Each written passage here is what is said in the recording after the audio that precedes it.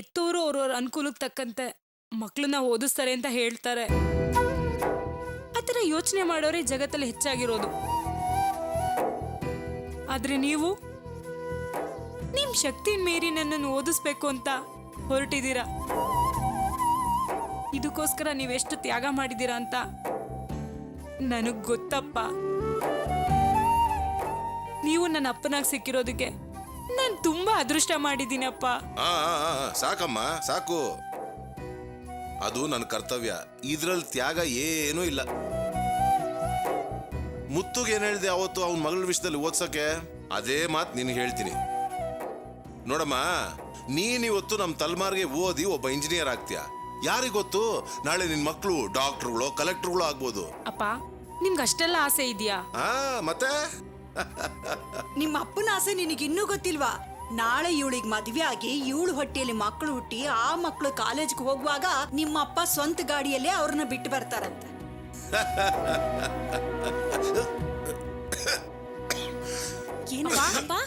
ಏನಾಯ್ತಪ್ಪ? ಅಪ್ಪ ಏನಾಯ್ತು? ನಾನು ನೋಡ್ತಾನೆ ಇದ್ದೀನಿ. ಒಂದೆರಡು ದಿನದಿಂದ ನೀನು ಹೀಗೆ ಕೆಮ್ತಾನೆ ಇದೀಯಾ. ನೀನ್ ಅಮ್ಮನ ಜೊತೆ ಹಾಸ್ಪಿಟಲ್ಗೆ ಹೋಗ್ಬಾ. ಇಲ್ಲ ನಾನು ಸಂಜೆ ಕಾಲೇಜಿಂದ ಬಂದ್ಮೇಲೆ ಇಬ್ರು ಹಾಸ್ಪಿಟಲ್ಗೆ ಹೋಗೋಣ. ಅಯ್ಯೇ ಯಾಕೆ ಹಿಂಗ ಆಡ್ತೀಯಾ? 2 ದಿನ ಮಳೆಯಲ್ಲಿ ಗಾಡಿ ಓಡಿಸ್ನಲ್ಲ, ಅದಕ್ಕೆ ಸ್ವಲ್ಪ ಕೆಮ್ಮು ಬಂದಿದೆ. ಅದಕ್ಕೆಲ್ಲ ಡಾಕ್ಟ್ರಾ? ಮೊದಲನೇ ದಿನ ಕಾಲೇಜು ನಡಿ, ಓಡ್ ಬರ್ತೀನಿ. ನಡಿ. ದೀಪಾ, ಮೊದಲನೇ ದಿನ ಕಾಲೇಜ್ ಹೋಗ್ತಾ ಇದೀಯ. All the best. Thank you. ಇಂದ್ರ ಓಡ್ ಬರ್ತೀನಿ. ಸರಿ ರೀ.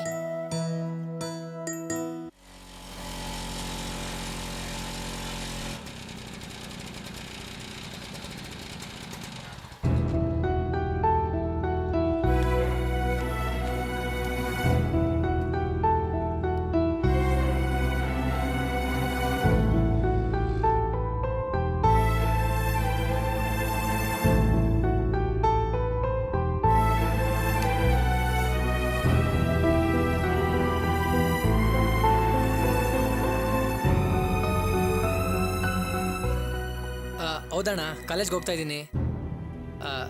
ಅಣ್ಣ ನನಗೆ ನಿಮ್ಮನ್ನು ಬಿಟ್ಟರೆ ಬೇರೆ ಯಾರಿದ್ದಾರಣ್ಣ? ಅಣ್ಣ ನನಗೆ ಕಾಲೇಜಿಗೆ ಟೈಮ್ ಆಗ್ತಿದೆ. ನಾನು ನಿಮ್ಮನ್ನು ಸಂಜೆ ಬಂದು ಮೀಟ್ ಮಾಡ್ತೀನಿ ಅಣ್ಣ.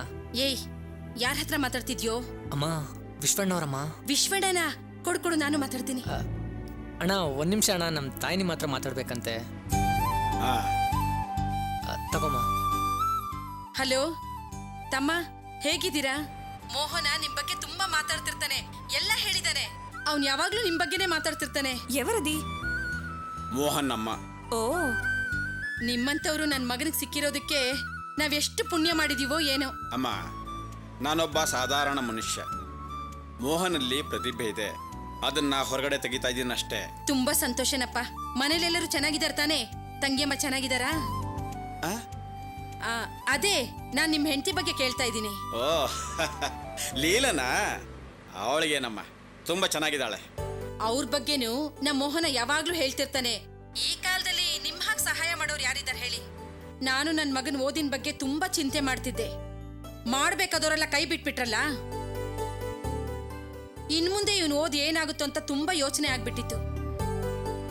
ಒಂದು ಬಾಗ್ಲು ಮುಚ್ಕೊಂಡ್ರೆ ಇನ್ನೊಂದು ಬಾಗ್ಲು ತೆಗೆಯುತ್ತೆ ಅಂತಾರಲ್ಲ, ದೇವ್ರ ತರ ನೀವು ಬಂದು ಸಹಾಯ ಮಾಡಿದ್ರಿ. ಹಾಗೆ ಮುಂದಿನ ಸಲ ಮೋಹನ ಬರ್ತಾನಲ್ಲ, ಅವನ್ ಕೈಲಿ ನಿಮ್ದೊಂದು ಫೋಟೋ ಕೊಟ್ಟು ಕಳಿಸಿ. ನನ್ನ ಫೋಟೋನ ಯಾಕಮ್ಮ? ನಮ್ಮನೇಲಿ ಎಷ್ಟೋ ದೇವ್ರ ಫೋಟೋಗಳಿವೆ, ಅದ್ರ ಜೊತೆಲಿ ನಿಮ್ ಫೋಟೋನು ಇಟ್ಬಿಡ್ತೀನಿ. ಸಹಾಯ ಮಾಡಿದವರೆಲ್ಲ ದೇವ್ರ ಸಮಾನ ಅಂತ ಹೇಳ್ತಾರಲ್ಲ, ಅದಕ್ಕೆ ನಾನ್ ಹಾಗೆ ಮಾಡ್ಬೇಕು ಅಂತ. ಅಮ್ಮ, ನಾನು ಅಷ್ಟ್ರ ಮಟ್ಟಿನ ಮನುಷ್ಯ ಅಲ್ಲ. ನಾನೆಲ್ಲಿ, ದೇವರೆಲ್ಲಿ? ದೇವ್ರ ದೊಡ್ಡನಮ್ಮ, ದೇವ್ರ ದೊಡ್ಡವನು. ಅವನು ಪೂಜೆ ಮಾಡಿ ಸಾಕು. ತಂಗಿಯವ್ರಿದ್ರೆ ಕೊಡಿ, ಅವ್ರ ಹತ್ರನೂ ಸ್ವಲ್ಪ ಮಾತಾಡ್ತೀನಿ. ಅವರಮ್ಮ ಮಾತಾಡ್ತಾರೆ. ಅಲ್ಲೇ ಇದಾರೆ ಕಣ. ಮಾತಾಡು. అయ్యో వద్దండి. మాట్లాడు. నమస్కారం అండి. చెప్పండి, బాగున్నారా? ಓ, ನೀವು ತೆಲುಗುನಲ್ಲಿ ಮಾತಾಡ್ತಿದ್ದೀರಾ? ಕನ್ನಡ ನಿಮಗೆ ಬರೋದಿಲ್ವಾ? ಸ್ವಲ್ಪ ಸ್ವಲ್ಪ ಬರುತ್ತೆ. మీరు కన్నడలోనే మాట్లాడండి, నేను అర్థం చేసుకుంటా. ನೀವ್ ಹೇಳೋದು ನಂಗೇನು ಅರ್ಥ ಆಗ್ತಿಲ್ಲ, ಆದ್ರೆ ನಿಮ್ ಮನ್ಸು ನಂಗೆ ತುಂಬಾ ಚೆನ್ನಾಗಿ ಅರ್ಥ ಆಗ್ತಿದೆ. ನಮ್ ಮೋಹನನ್ನ ಇನ್ ಮುಂದೆ ನಿಮ್ ಮಗನ ಹಾಗೆ ನೋಡ್ಕೋಬೇಕಮ್ಮ. ಫೋನ್ ಇಡ್ಲಾ? ಸರಿ ಅಂಡಿ.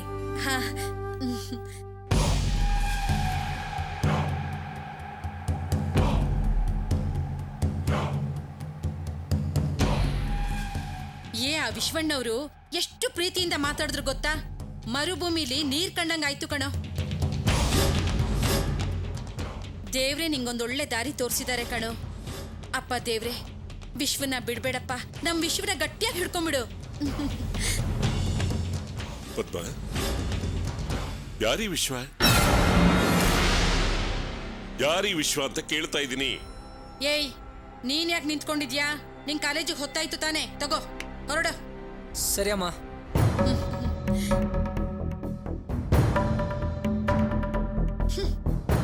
ಪದ್ಮ, ಏ ಪದ್ಮ,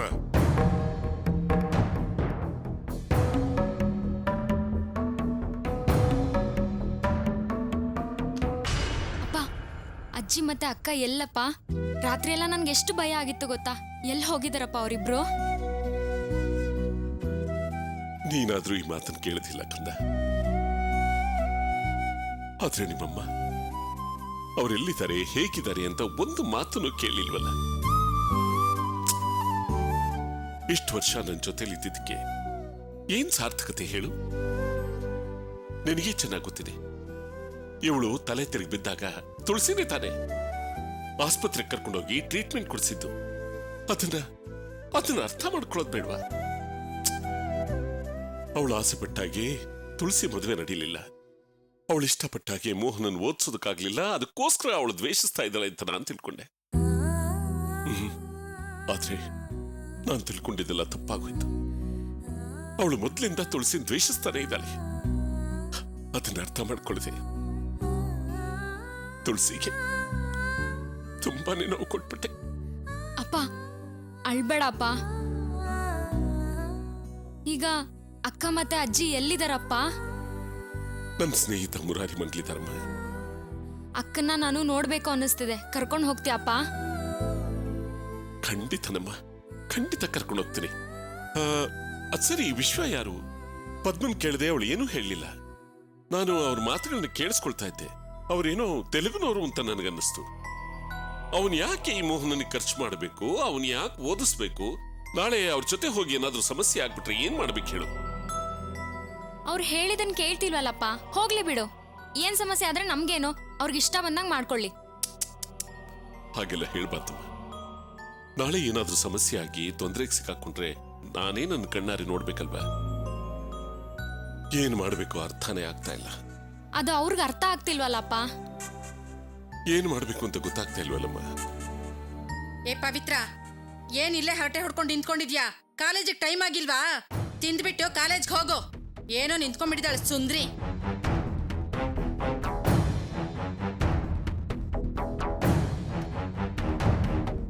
ಪವಿತ್ರ, ನೀನು ಹೋಗು ಹೋಗು.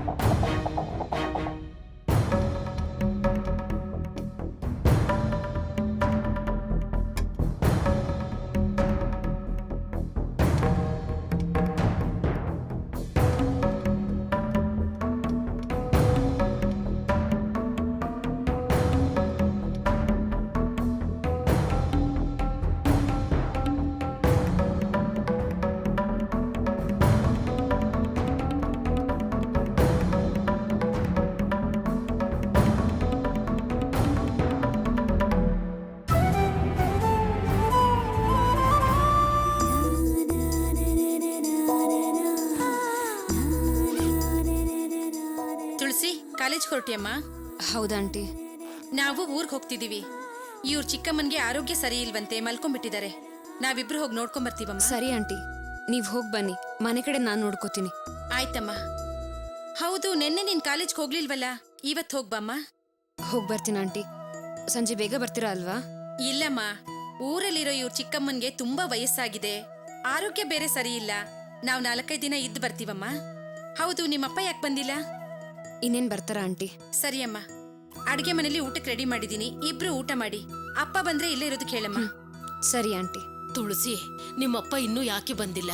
ಟೈಮ್ ಆಯ್ತು, ಇನ್ನೇನ್ ಬರ್ತಾರೆ. ಸರಿಯಮ್ಮ, ನಾವಿನ್ ಹೊರಡ್ತೀವಿ. ಅಡ್ಗೆ ಮನೇಲಿ ಬೇಳೆ ಇದೆ, ಬೆಳಗ್ಗೆ ಒಂದು ಹುಡುಗಿ ಬಂದು ಹಾಲು ಕೊಡ್ತಾಳೆ, ತಗೋ. ಆಮೇಲೆ ತಿಂಡಿ ಡಬ್ಬ ಒಳಗಡೆ ಇದೆ, ಟಿವಿ ಬೇಕಾದ್ರೆ ಹಾಕೊಂಡು ನೋಡಮ್ಮ. ಆಮೇಲೆ ಬಚ್ಚಲ್ ಮನೇಲಿ ಗೀಸರ್ ಇದೆ, ಶಾಕ್ ಹೊಡೆಯುತ್ತೆ, ಹುಷಾರು, ನೋಡ್ಕೊಂಡು ಸ್ವಿಚ್ ಹಾಕಮ್ಮ. ಎಲ್ಲ ವಿವರವಾಗಿ ಹೇಳಿದ್ದೇನೆ. ಹ್ಞೂನ್ರಿ. ತುಳಸಿ, ಕಾಲೇಜ್ ಹೋಗೋ ಬಸ್ ಎಲ್ಲಿ ನಿಲ್ಲುತ್ತೆ ಅಂತ ಗೊತ್ತೇನಮ್ಮ? ಅಂಕಲ್, ಅಪ್ಪ ಬಂದು ಕರ್ಕೊಂಡು ಹೋಗ್ತೀನಿ ಅಂತ ಹೇಳಿದ್ದಾರೆ. ಸರಿನಮ್ಮ, ಸರಿ ಹೋಗೋಣ ಬರ. ಅಮ್ಮ ಬರ್ತೀನಮ್ಮ, ಬರ್ತೀವಿ. ಹುಷಾರು. ಆಯ್ತು, ಹೋಗ್ಬಿಟ್ಟು ಬನ್ನಿ. ಹೋಗ್ಬರ್ತೀವಿ. ಆಯ್ತಮ್ಮ.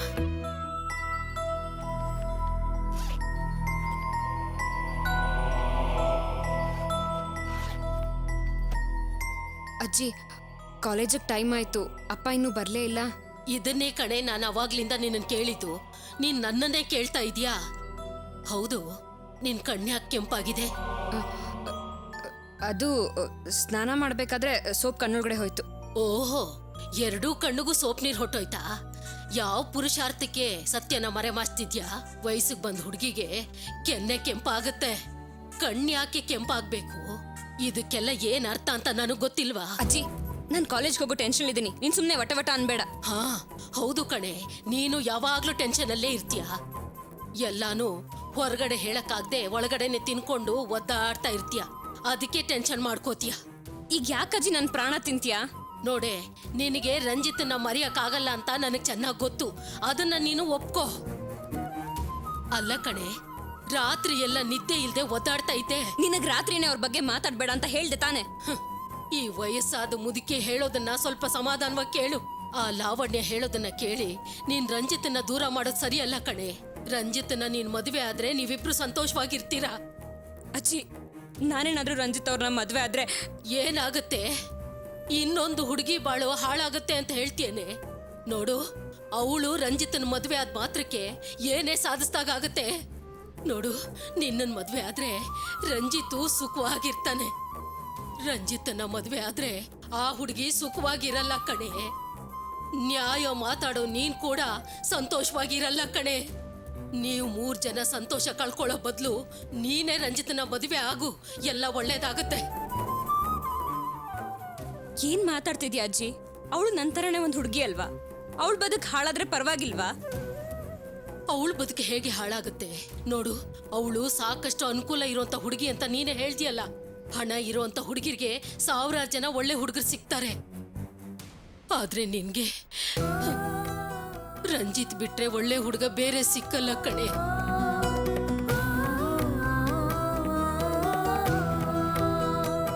ನೋಡು, ನೀನಾಯ್ತು ಅಂತ ಒಂದು ಮಾತು ಹೇಳು ಸಾಕು. ರಂಜಿತ್ ಹತ್ರ ನಾನ್ ಮಾತಾಡ್ತೀನಿ. ನನ್ ಮೊಮ್ಮಗಳ ಬದುಕು ಒಳ್ಳೇದಾದ್ರೆ ಅಷ್ಟು ಸಾಕು. ನೀನ್ ಯಾಕಜ್ಜಿ ಇಷ್ಟೊಂದು ಸ್ವಾರ್ಥಿಯಾಗಿ ಯೋಚನೆ ಮಾಡ್ತಿದ್ಯಾ? ನಿನ್ ಮೊಮ್ಮಗಳ ಬದುಕು ಮಾತ್ರ ಚೆನ್ನಾಗಿದ್ರೆ ಸಾಕ? ಉಳ್ದೋರ್ ಬದುಕು ನಾಶ ಆಗ್ಬಿಡ್ಲಾ? ನಿಜವಾಗ್ಲೂ ಮದ್ವೆ ನಿಂತೋದ್ರೆ ರಂಜಿತ್ ಮನೆಯವರು, ಆ ಹುಡುಗಿ ಮನೆಯವರು ಎಷ್ಟು ಕಷ್ಟ ಅನುಭವಿಸ್ತಾರೆ. ರಂಜಿತ್ ಅವ್ರ ತಂಗಿ ಮದ್ವೆನು ಸೇರ್ಸ್ ಮಾತುಕತೆ ನಡೆದಿದೆ. ನನ್ನಿಂದಾಗಿ ಲಾವಣ್ಯನ್ ಮದ್ವೆನೂ ನಿಂತೋಗುತ್ತಜ್ಜಿ. ನನ್ನೊಬ್ಳು ಸಂತೋಷಕ್ಕೋಸ್ಕರ ಇಷ್ಟು ಜನ ಆಡ್ಬೇಕಾ? ನೀನೇ ಹೇಳು. ನಿನ್ನ ಮನ್ಸಲ್ಲಿ ರಂಜಿತ್ ಇದ್ದಾನೆ ಕಣೆ. ನೀನ್ ರಾತ್ರಿ ಎಲ್ಲ ನಿದ್ರೆ ಮಾಡ್ದೆ ಕಿಟಕಿ ಹತ್ರ ನಿಂತ್ಕೊಂಡು ಅಳ್ತಾ ಇದ್ದಿದ್ದನ್ನ ನಾನ್ ನೋಡ್ದೆ ಕಣೆ. ಹತ್ರ ಅಳ್ತೀನಿ ಬಿಡು, 2 ದಿನ ಆತು ಸರಿ ಹೋಗ್ತೀನಿ. ನನಗೆ ರಂಜಿತ್ ಅವ್ರು ಸುಖವಾಗಿರ್ಬೇಕು. ರಂಜಿತ್ ನನಗೆ ಜೀವನದಲ್ಲಿ ಮರೆಯಕ್ಕಾಗದೇ ಇರೋಂಥ ಸಹಾಯ ಮಾಡಿದ್ದಾರೆ. ಅದಕ್ಕೆ ನಾನು ಕೃತಜ್ಞಳಾಗಿರ್ಬೇಕು ಅಂತ ನಿರ್ಧಾರ ಮಾಡಿದ್ದೀನಿ. ನನಗೆ ರಂಜಿತ್ ಅವ್ರ ಸಂತೋಷ, ಅವ್ರ ಮನೆಯವ್ರ ಸಂತೋಷನೇ ಮುಖ್ಯ. ಅವ್ರು ನಂಬ್ಕೊಂಡು ಬರೋ ಆ ಹುಡುಗಿ ಬದುಕು ಮುಖ್ಯ. ಆ ಹುಡುಗಿನ ಮದುವೆ ಆದ್ರೆ ರಂಜಿತ್ ಅವ್ರು ಖಂಡಿತ ಸುಖವಾಗಿರ್ತಾರೆ ಅನ್ನೋ ನಂಬಿಕೆ ನನಗಿದೆ. ಹೇ, ನನಗೆ ನನ್ನ ಮೊಮ್ಮಗಳ ಸಂತೋಷನೇ ಮುಖ್ಯ ಕಣೆ. ನಿನ್ನ ಬದುಕಿನ ಬಗ್ಗೆ ಯೋಚನೆ ಇಲ್ವಲ್ಲೇ ನಿನ್ಗೆ? ಅಜ್ಜಿ, ಅನಗತ್ಯವಾಗಿ ನನ್ನ ಮನ್ಸು ಬದಲಾಯಿಸೋದಕ್ಕೆ ಪ್ರಯತ್ನ ಮಾಡಬೇಡ ನೀನು. ನಾನು ನಿರ್ಧಾರ ಮಾಡಾಯ್ತು. ಇನ್ನು ಮುಂದೆ ನಾನು ರಂಜಿತ್ ಅವ್ರ ಜೊತೆ ಮಾತಾಡೋದಿಲ್ಲ, ಅವ್ರನ್ನ ನೋಡೋದು ಇಲ್ಲ. ರಂಜಿತ್ ಅನ್ನೋ ವ್ಯಕ್ತಿ ನನ್ನ ಬದುಕಲ್ಲಿ ಬಂದೇ ಇಲ್ಲ. ನಿನ್ನ ಹತ್ರ ಕೊನೆದಾಗ ಹೇಳ್ತಾ ಇದ್ದೀನಿ ಕೇಳು. ನಾನು ಮರಿಬೇಕು ಅಂತಿರೋ ವಿಷಯನ ಮತ್ತೆ ರಂಜಿತ್ ಅವ್ರ ಹೆಸರು ಹೇಳ್ಕೊಂಡು ಕೆತ್ಕಕ್ ನೋಡಿದ್ರೆ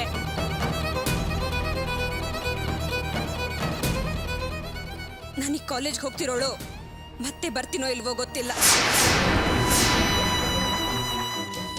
ತುಳಸಿ,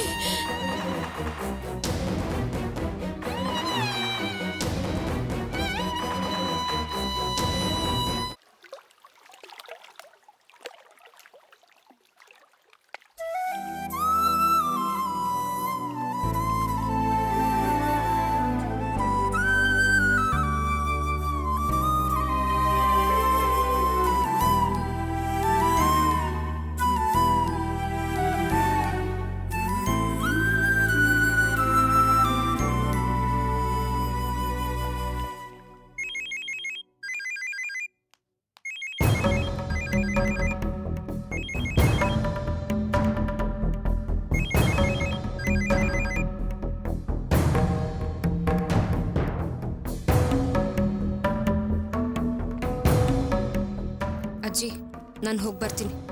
ಆಯ್ತಮ್ಮ. ಅಮ್ಮ ಬರ್ತೀನಿ. ಹೂನಪ್ಪ. ಹೋಗಿ ಕೂತ್ಕೊಂಬ. ಬರ್ತೀನಿ. ಸರಿಯಮ್ಮ. ಕುತ್ಕೊಳ್ಳಪ್ಪ. ಹಾ ಕೂತ್ಕೋ.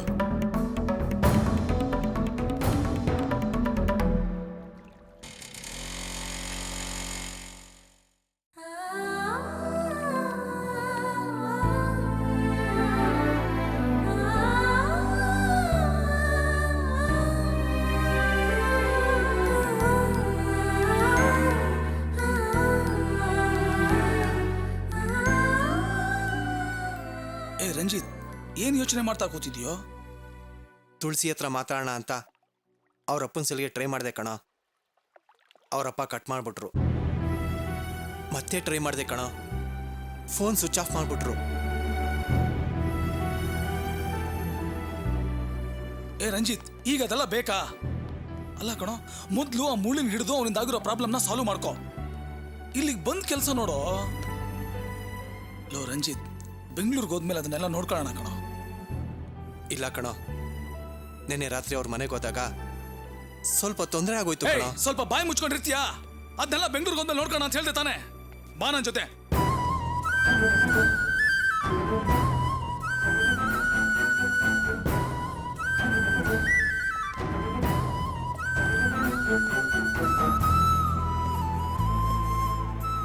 ಹೌದು, ನೀನೆನ್ನೆ ಫೋನ್ ಮಾಡಿ ಆ ಇನ್ಸ್ಪೆಕ್ಟರ್ ರಾಜಶೇಖರ್ ಕೈಯಿಂದ ತಪ್ಸ್ಕೊಂಡಿದ್ದೀನಿ, ನೀನು ಹೋಗಿರು, ನಾನು ಆಮೇಲೆ ಬಂದು ನಿನ್ನ ಜಾಯ್ನ್ ಆಗ್ತೀನಿ ಅಂತ ಹೇಳ್ದಿಲ್ಲ. ಯಾಕೆ ಇಷ್ಟು ಲೇಟಾಗಿ ಬಂದಿದ್ಯಾ? ಲವ್, ನಾನು ಬಸ್ಸಲ್ಲಿ ಬಂದಿದ್ರೆ ನಿನ್ಗಿಂತ ಮೊದಲೇ ಇಲ್ಲಿ ಇರ್ತಾ ಇದೆ ಕಣ. ಲಾರಿ ಇಟ್ಕೊಂಬಂದಲ್ಲ, ಅದಕ್ಕೆ ಲೇಟ್ ಆಯ್ತು. ಸರಿ, ನಾನು ನಿನ್ಗೆ ಹೇಳಿದ್ನಲ್ಲ, ನನ್ನ ಕಸಿನ್ ಪ್ರಶಾಂತ್ ಅಂತ, ಅವನಿಗೆ ನಿನ್ನ ಬಗ್ಗೆ ಎಲ್ಲ ಹೇಳಿದ್ದೀನಿ. ಅವನಿಲ್ಲೇ ಹೋಟ್ಲ್ ಹತ್ರ ಇರ್ತಾನೆ. ಬಾ, ನಾನು ನೋಡೋಣ.